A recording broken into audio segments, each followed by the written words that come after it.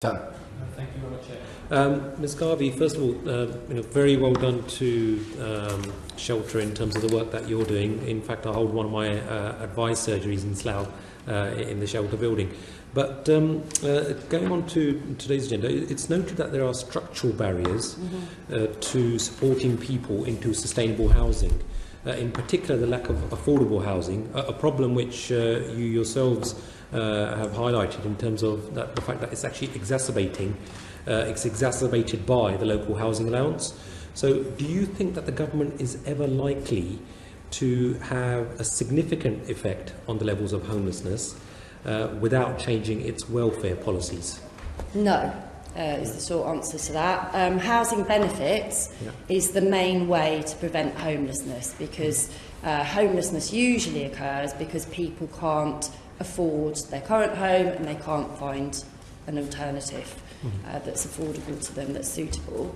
And our own analysis shows that 9 out of 10 areas in England are unaffordable. If you're in need of a 2-bedroom home, so if you've got 2 young children, a very modest family home, 2-bedroom flat or small house, then you're not going to be able to find that if you're claiming local housing allowance in 9 out of 10 areas of England. You are going to have a shortfall between the local housing allowance and the rent level, and in around a quarter of areas that shortfall is over £100 a month. So it's not £5 or £10 a week that you might be able to cut back on other things, which people that are claiming local housing allowance usually, there's not much left to cut back on.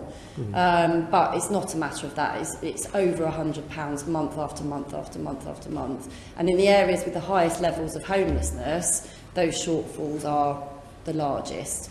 So we have consistently said, and we're working very closely with colleagues in local government and landlords, we've consistently said that if the government is serious about reducing homelessness, then it has to look at the levels of local housing allowance, and people have to be able to afford the bottom third of the private rental market, which is government policy. If government policy is now that claimants should only be able to afford the bottom 5% or 4% as it is in Hackney, where we have a service, then they need to state that. But government policy was that local housing allowance should allow you to afford the bottom third of private rentals, and that is not the case now in the vast majority of the country. That's good. I mean, I was pretty sure of the answer given my own experiences within the advice surgeries, but I wanted to hear it directly from yourself. Mr. Sparks, it's also said that a major cause of homelessness in England is the ending of a tenancy in the private rented sector.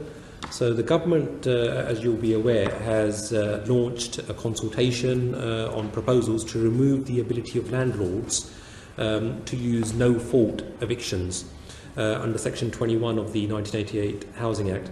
Do you think that this is going to lead to a reduction in homelessness or not? I think I'm going to give you almost exactly the mirror image of the answer you just heard, which is, firstly, it's a good thing. I mean, it's absolutely a good thing to consult on scrapping no-fault evictions. They've done it in Scotland. They announced they're going to consult on it in Wales as well.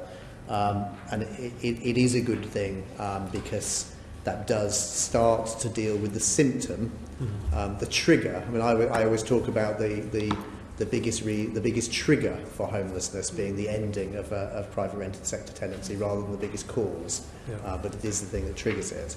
Of course, while it's very, very welcome, you will have the same effect if you neither have sufficient social housing being built, nor you have, and if you're relying on the market to take the strain of tackling homelessness, and you detach the amount of money you're spending from that market, then there's a clear problem there. And since 2011, that break has been made between local housing allowances and the market.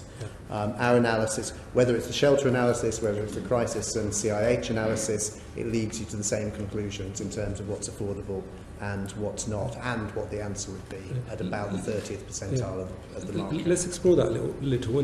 Do you think that there's a risk that these changes could actually lead to landlords becoming more selective regarding prospective tenants? making it even more difficult for people who are vulnerable to homelessness to actually find accommodation, or do you think that the benefits outweigh the risks? So, where would you fall? I think it works if we do both and rather than either or. So if we do both scrapping no-fault evictions and we have reliable funding for the rent, then I don't think it has the effect that you're describing. Ms. Garvey, would you agree with that? Absolutely. Or do you think... Homelessness is not about losing your home, because many people, maybe some of us have lost our home at some point. Homelessness is losing your home and not being able to find a suitable alternative. And having to then go to the state because you can't find a suitable alternative.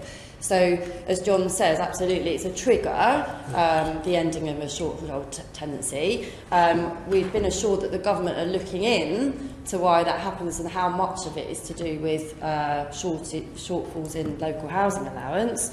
Landlords themselves have conducted independent research which shows that it is having a big impact on homelessness, as you quite rightly say, partly because people have shortfalls and so they wouldn't want to take on a tenancy where they're not sure how they're going to make up the shortfall every month, and the council certainly isn't going to want to offer that to them because they'd be challenged on the fact it's not suitable accommodation by the likes of us.